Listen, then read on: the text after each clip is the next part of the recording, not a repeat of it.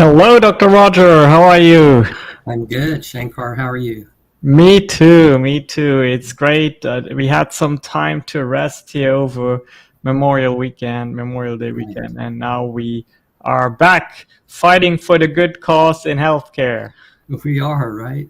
Yeah, Yeah, and you it know, feels good. It feels good. I love it this position, this space that we're in. I'm all absolutely. in. I'm all in. Yeah, and you did tell me something very interesting about you helped someone out of state with an affiliate clinic, right? Is that correct? Right.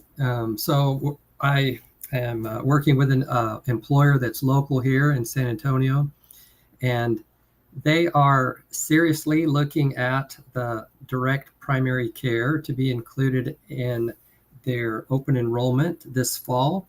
But the issue came up that they have a sister company out of state.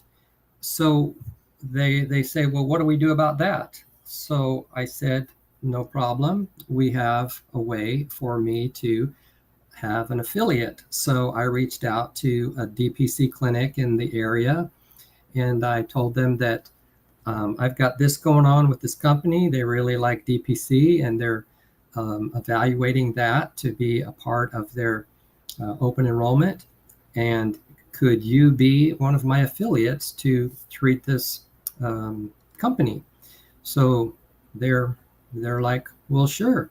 So then, if this company decides to have DPC in their open enrollment this fall, the company will work with one entity, that's mine, for both locations, the Texas location and the other out of state location. Um, and so it's in effect the same entity, only one DPC clinic, but in the back end we have this ability to have an affiliate in it. It's working out really pretty good so far. Yeah, So so a lot of times people ask me, the employers will ask, well, how many locations do you have? Well, I have my now two brick and mortar locations, but that's really not an issue because we can have affiliates, other DPC providers. So it's a good thing. exactly, that was what I was about to say. It's really fascinating to see that doctors work hand in hand to collaborate and provide the best possible service to their respective members. And that is what you do. And by doing so, you can literally help almost anyone in the nation. And one way to learn more about how that is done is also on a from a legal perspective, if there are any DPC docs or DPC docs to be, or employers that really want to understand how does that fit into the ecosystem. One way of finding that out is actually to join us June 2nd at 7 p.m. for our well, we call it quarterly, but really we're getting so much interest that it's happening almost monthly now. I would say Right. it's safe to say it's happening monthly. So go to sanantoniofmma.org and you can sign up. We have a nice platform called AirMeet where there is online networking with our keynote speaker, Dr. Phil Eskew, who is really very knowledgeable in legislative things as well. And we do have kind of an exciting attendee as well, Chris Deacon. And I know Dr. Roger, she has certainly inspired you in certain ways. So I let you explain to our audience what it is about Chris Deacon.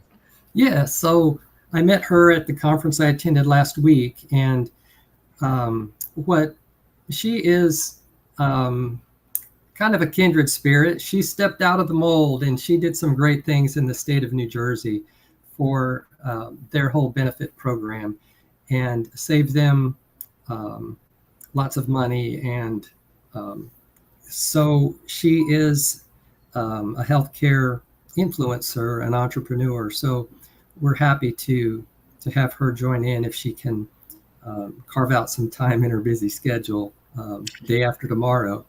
Yeah, I think as far as I know, she registered and if nothing goes wrong, she will attend.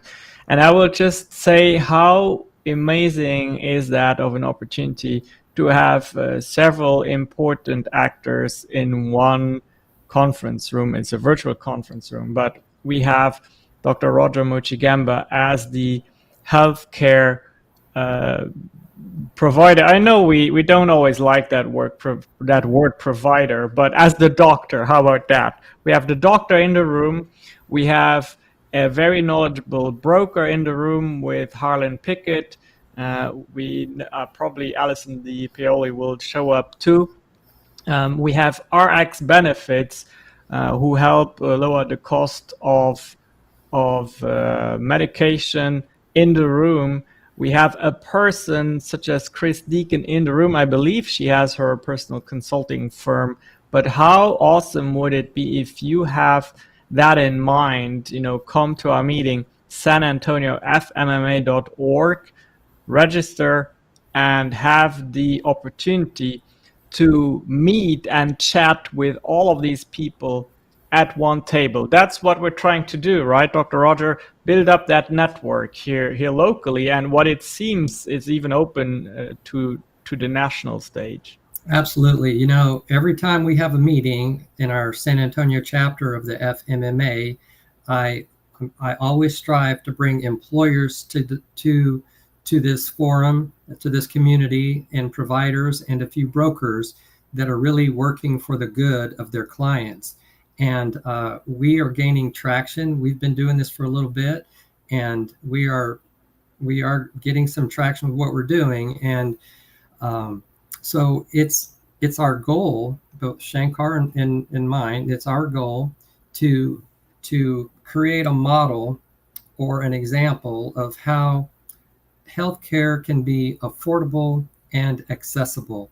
And then once we do that here, then it can be duplicated and replicated in other markets, in other cities around the country.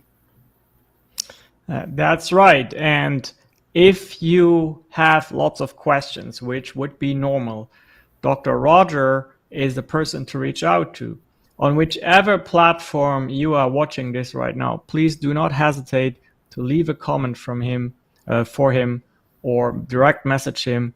He also has a very knowledgeable doctor's program liaison, which is a person who understands a company's needs and how they can fit with what DirectMed Clinic offers. One more thing, Shankar. Yeah. I listened to a short video today by Dr. Eric Bricker, and he was talking about how well commercial insurance companies have done on the stock exchange. And he put it into perspective of one of these large insurance companies is actually a growth fund with a large mutual fund provider. And so in that perspective, I'm thinking, how do these, I mean, if I was an employer, I would kind of wonder how that would make me feel to know that when I am buying these commercial insurance plans for my employees, I'm really funding the growth of a growth fund on the stock exchange, which by nature has a fiduciary responsibility to make a profit for its shareholders. And that just, gosh, it just kind of rubs me the wrong way as a medical doctor, because that influence gets between the doctor and the patient. And there's, I'm not saying we don't need insurance, but insurance has its place. And I think its place falls in somewhere after the doctor-patient relationship, not before it.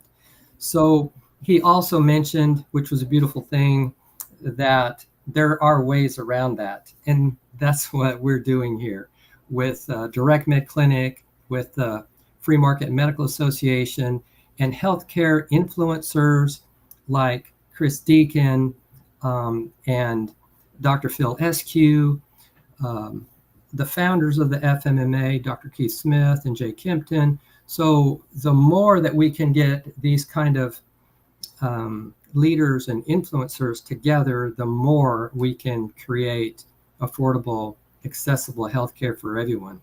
Yeah, and the keyword fiduciary really brings up something in my mind that I hear, the fiduciary duty that is also on the employer side.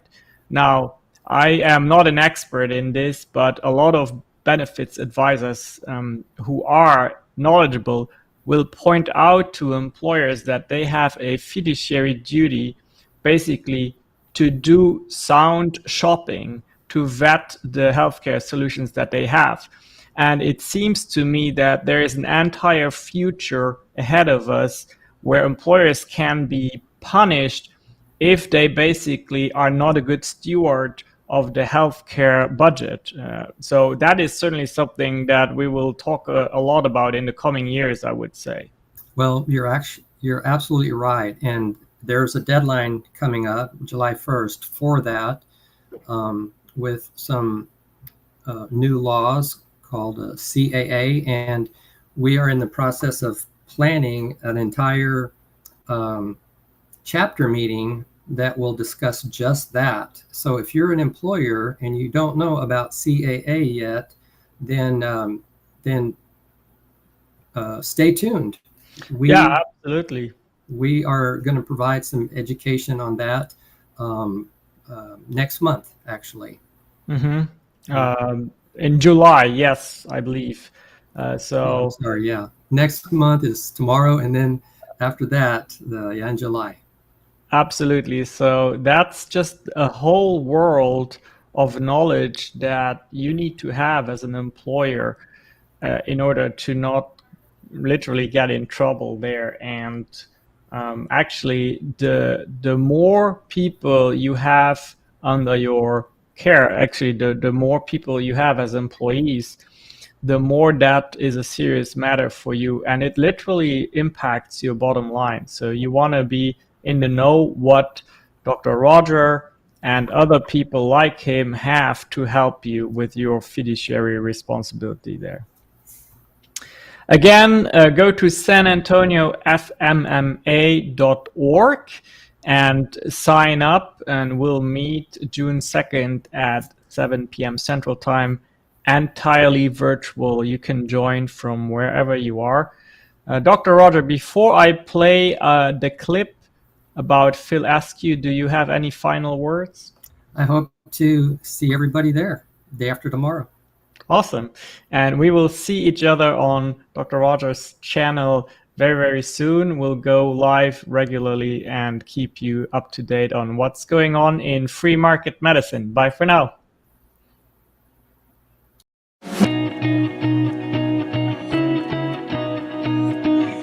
It's fascinating to me that these laws were ever passed. They were federally encouraged, so a lot of them are very, very similar from one state to the next. And it's got an R next to it, then you have some formal registration requirement. And I'm probably missing some R's here, but I've found all the ones I could and put them on. I've even got a few question marks because I've seen some documentation in those states that said a registration was required and then couldn't find the official documentation when I went to look. I like this Heath Ledger quote from when he was playing the Joker when he says, "It's all part of the plan." That's kind of how you find yourself dealing with all this broker terminology that you don't understand. So I put the quote up there, "Scare him into it," because I heard this from one of my attendings in residency. And, it came up in multiple contexts where they thought a patient should be doing a certain procedure and the patient didn't want to do it. And the decision to not do it seemed irrational to that attending physician and to many others involved in the patient's care. ERISA plans, health plans, the IRS would call various plans health plans, insurance plans. These are all defined by different people at different levels, and they are not equivalent. Okay, ERISA is defined by the Department of Labor. Your health plan is defined by the IRS, and your insurance. And that registration is hopefully with the Board of Medicine. That's who you would talk to first.